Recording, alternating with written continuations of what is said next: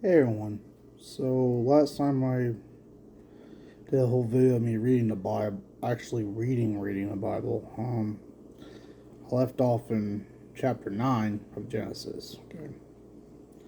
So I'm going to begin in the while we finish chapter 9. I'm going to I'm going to start in chapter 10. Okay, today. This is the account of the families of Shem, Ham, and Japheth, the three sons of Noah. Many children were born to them after the flood. The descendants of Japheth were Gomer, Magog, Madai, Javan, Tubal, Meshach, and Teresh. The descendants of Gomer were Ashkenaz, Rif, Rip, Rif, Ash, and Togarmah. Alright, keep in mind, these names are hard. Okay, the descendants of Javan were Elijah,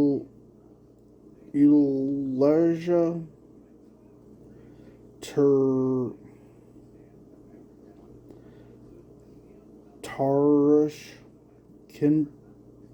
Kintelman, and Roddenum. Their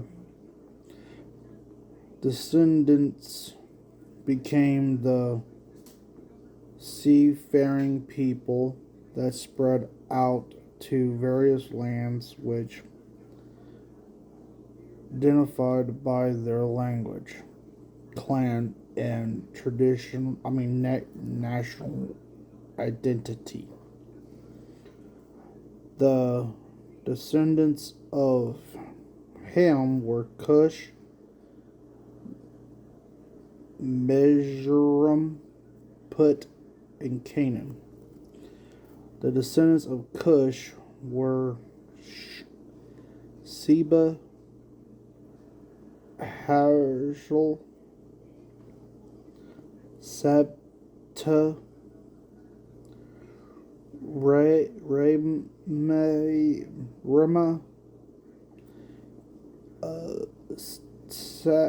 and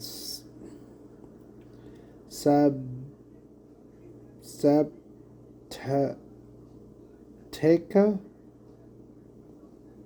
The descendants of Rama were Sheba and Dedan. Cush was also the ancestor of Nimrod, who was the first heroic warrior on earth, since he was the greatest hunter in the world. His name became proverbial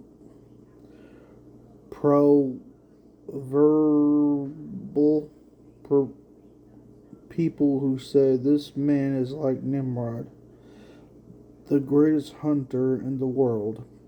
He built his kingdom in the land of Babylonia with the cities of Babylon, Erech,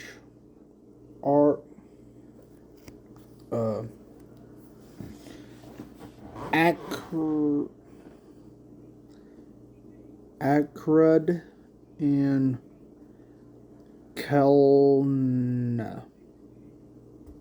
From there, he expanded his territory to Assyria, building the cities of Nineveh,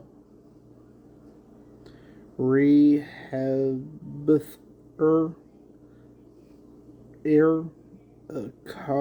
Kala and Rishon, the city located between Nineveh and Kala.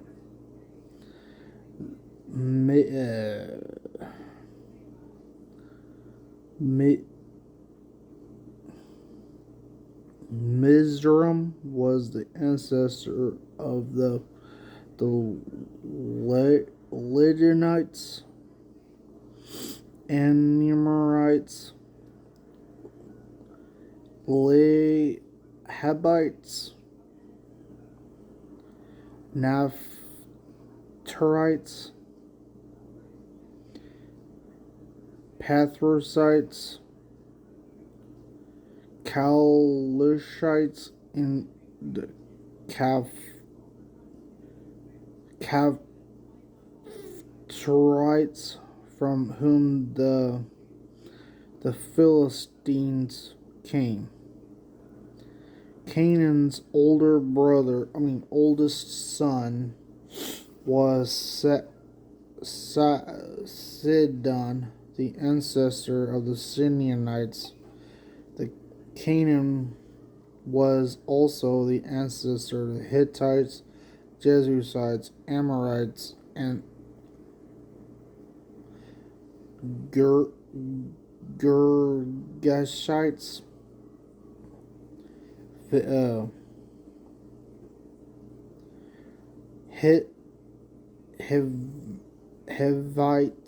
Hivites, Arkites, Sinites, Arvadites, Zemarites, and Hamathites.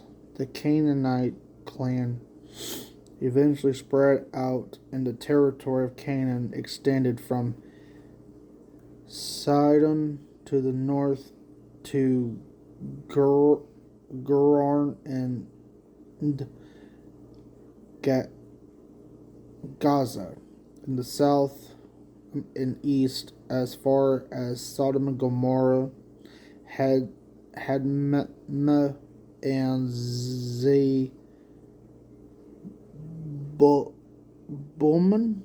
Bum, and near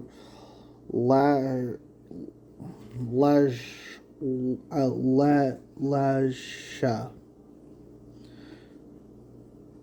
Those were the descendants of Ham, identified by the clan, language, territory, and natural identity.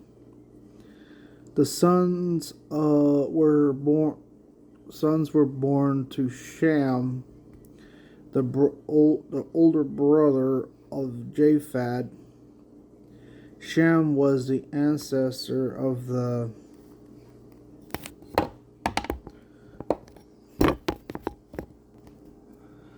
Okay, I'm gonna have to seriously cut that out. The ancestor of the descendants of Eber. The descendants of Shem were Elam, Shazar, Sharfrod, Lud, and Ram. The descendants of Ram were Uz, Hul, Gethar, and Mash. Urphazd was the father of Shola, and Shola was the father of Eber. Eber had two sons. The first was named Peleg, which means division. For during his lifetime, the people of the land were divided into different languages groups. his brother's name was Joktan. Joktan was the ancestor of the Al Al Al Al Al Almadad.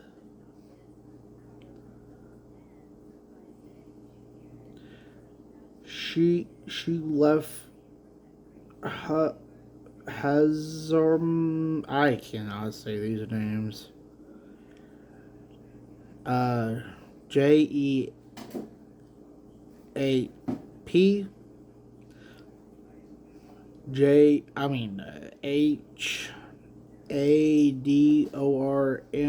Hadoram Uzal Diklaf Lbal Abimael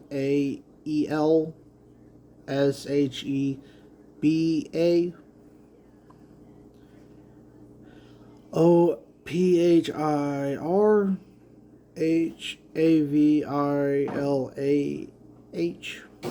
OphirLahJobab. All these were descendants of Joktan. The territory they accumulated extended from Mesha all the way to Sephar from the eastern mountains. Those are the descendants of Sham, identified by their clans, language, territories, and they have natural identities. Those are the clans that descended from Noah's sons, rounded by nation according to their lands of descent. All the nations of the earth descended from these clans after the great flood. At one time, all the people of the world spoke the same language and used the same words. As the people migrated to the east, they found a plain in the land of Babylonia, and those settled there. They began saying to each other, "Let's make brick," and hardened them with fire.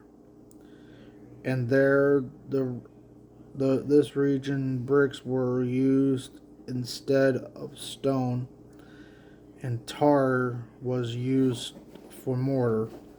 Then they said, "Come, let's build a great city for ourselves, with a tower that reaches into the sky. This will make us famous and keep us from being scattered all over the world." But the Lord came down to look at the city, at the tower the people were building. "Look," he said, "the people are united and they all speak the same language. After this, nothing they set out to do will be impossible for them. Come, let go down and confuse the people with different languages. Then they won't be able to understand each other. In the way the Lord scattered them all over the world, and they stopped building the city."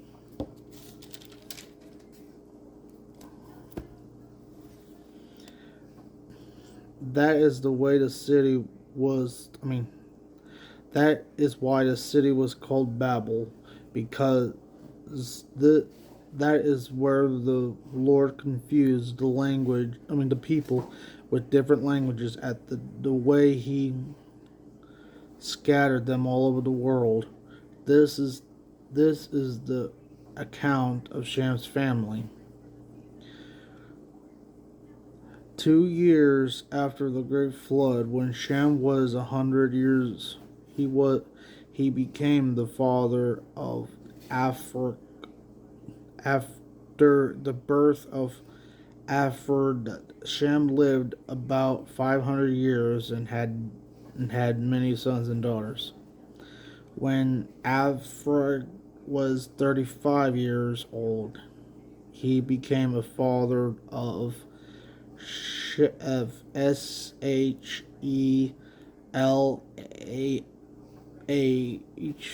After the birth of Sheladh,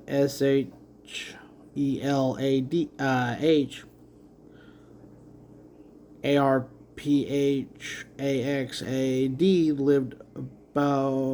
lived another 403 years,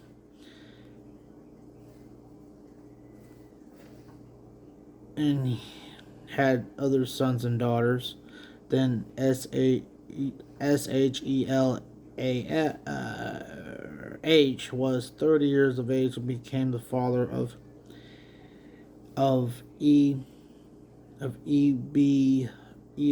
After the birth of Eber, Shelah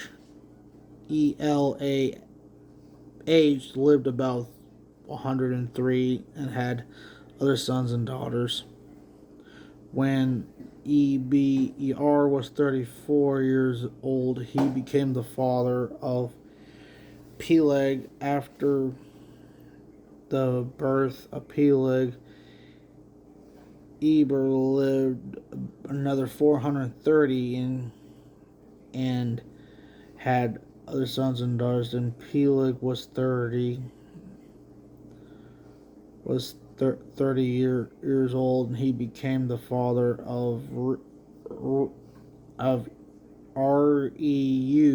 After the birth of Reu, Peleg lived another 209 years and had other sons and daughters. Then Reu was 32 years of age and became the father of Serug. After the birth of Serug, Reu lived another 207 years and had sons and daughters. When when Serug was 30 years old, he became the father of Nahor. After the birth of Nahor, Serug lived another 200 years and had sons and daughters. When Nahor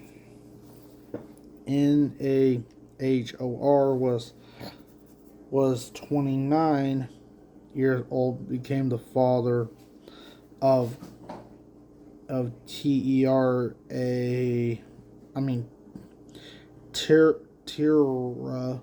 After the birth of Terah, Nahor lived another 111 years and had another sons and daughters. After Terah was 70 years old, he became the father of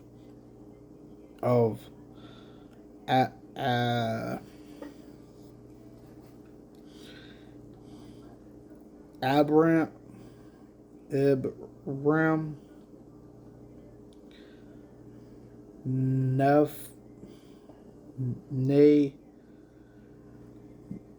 Nara, and Haran. This is the account of Terah's family. Terah was the father of Abram, Naara, and Haran. And Haran was the father of Lot. But Haran died in Ur of the Chaldeans, the land of his birth, while his father Terah was still alive. Meanwhile, Abram and Nahor were both married. The name of Abram's wife was Sarai, and the name of Nahor's wife was Milcah. Milcah was her sister Iscah were daughters of Nahor's brother Haran.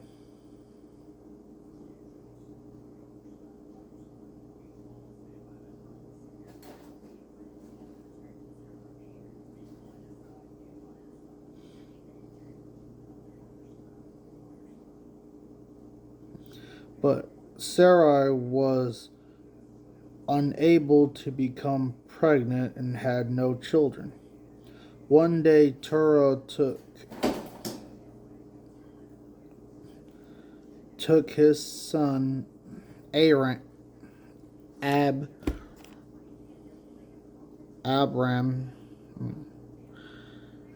his daughter-in-law Sarai,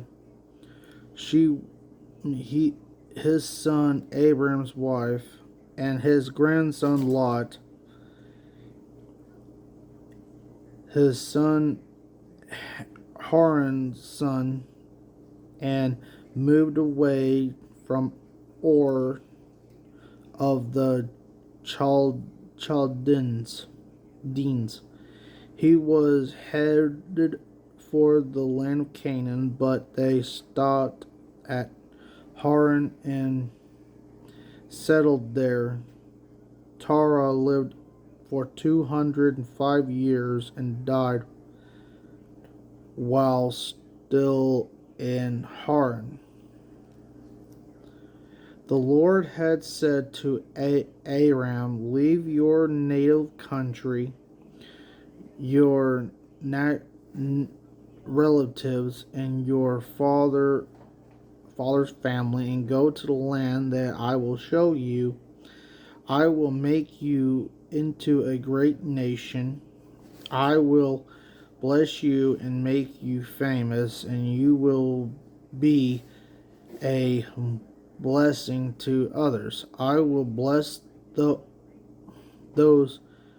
who bless you, and curse those who treat you with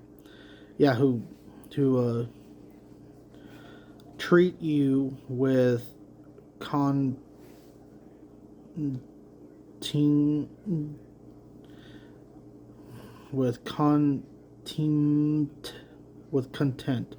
All the families on the earth will be blessed through you."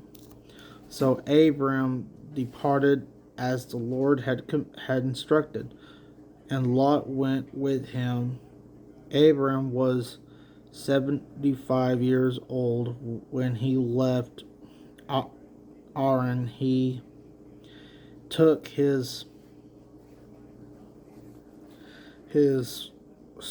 wife Sarai, his nephew Lot, and all his wealth, his livestock, and all the people he had taken into his household at Haran, and headed for the land of Canaan. When they arrived at Canaan, Abram traveled through the land as far as Shechem.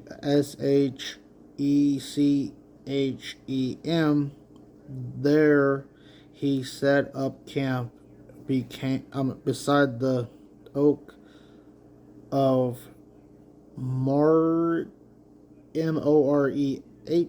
At that time, the area was inhabited by Canaanites. When the Lord appeared to Abram and said, I will give this land to your descendants, and Abram built an altar there and detected it Abram built a altar and detected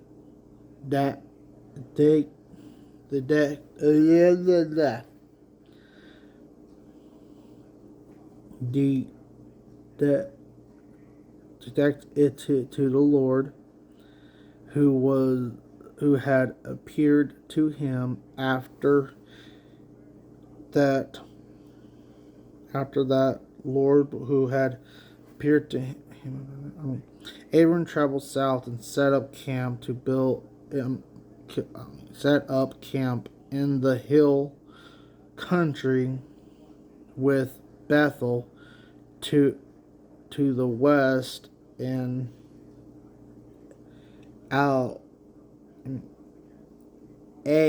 to the east, where he built another altar and dedicated it to the Lord, and he worshipped the Lord. When Abram continued traveling south by stages toward the Negev, at that time several famines struck the land of Canaan, forcing Abram to go south to Egypt, where he lived as a foreigner. As he was approaching the border of Egypt, Abram said to his wife Sarai, Look, you are a very beautiful woman. When the Egyptians see you, they will say, This is his wife. Let's kill him when we can have her. So please tell them you are my sister. Then they will spare my life and treat me well because of their interest in you. And sure enough, when Abram arrived in Egypt, everyone noticed Sarai's beauty. When the palace officials saw her, they sang her praises to the Pharaoh, their king, and Sarai was taken into the palace. Then Pharaoh gave Abram many gifts because of her: sheep, goats, cattle, men and women, donkeys, male and female donkeys, male and female servants, and camels. But the Lord sent terrible plagues upon Pharaoh and his household because of Sarai, Abram's wife. So Pharaoh summoned Abram and accused him sharply. When have you done to me? He demanded. What have you done to me? He demanded. Why didn't you tell me she was your wife? Why did you say she was your sister and allowed me to take her as my wife? Now then, here is your wife. Take her and get out of here. Pharaoh offered some of his men to escort them, and he sent Abram out of the country. along with his wife and all his possessions. So Abram left Egypt and traveled north into the Negev along with his wife and Lot and all of they owned. Abram was very rich in livestock, silver, and gold. From the Negev,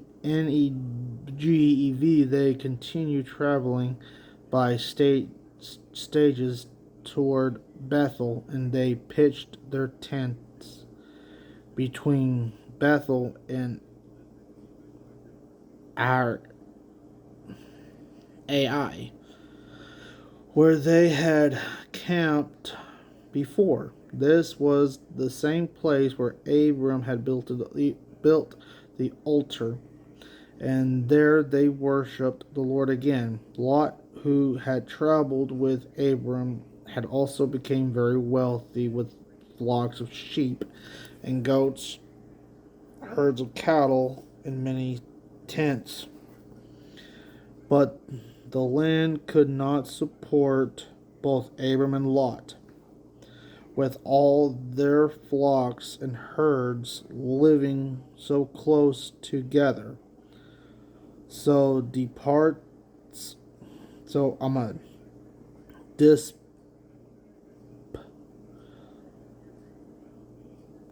disputes break out between the herdsmen of Abram and Lot. At the same time, Canaanites and Perizzites were also living in the land. Finally, Abram said to Lot, "Let's not allow this conflict to come between us or our herdsmen. After all, we are close relatives. The whole countryside is open to you. Take your choice of any section of the land you want, and we will separate. If you want the land on to the east, then I'll take the land of the right. For you prefer the land on the right, then I'll go left." Lot took a long look at the fertile plains of the Jordan Valley in the direction of Zerar. The whole area was well watered there everywhere, like the garden of the Lord, or the beautiful land of Egypt. This was before the Lord destroyed Sodom and Gomorrah. Lot chose before himself the whole Jordan Valley to the east of them. He went there with his flocks and servants, and parted company with his uncle Aram. So Abram settled in the land of Canaan, and Lot moved his tent to the place where Sodom, and settled among the cities of the plain. But the people of this area were extremely wicked and constantly sinned against the Lord. After Lot had gone, the Lord said to Abram, "Look as far as you can see in every direction, north and south, east and west. I am giving all this land as far as you can see to you and your descendants as a maintenance of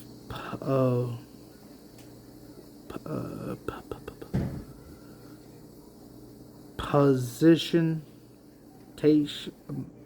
and I will give you as many descendants that, like the dust of the earth, they can't be counted. Go and walk through the land in every direction, for I am giving it to you. So Abram moved his camp to Hebron and settled near the oak grove belonging to Mamre. There he built another altar to the Lord,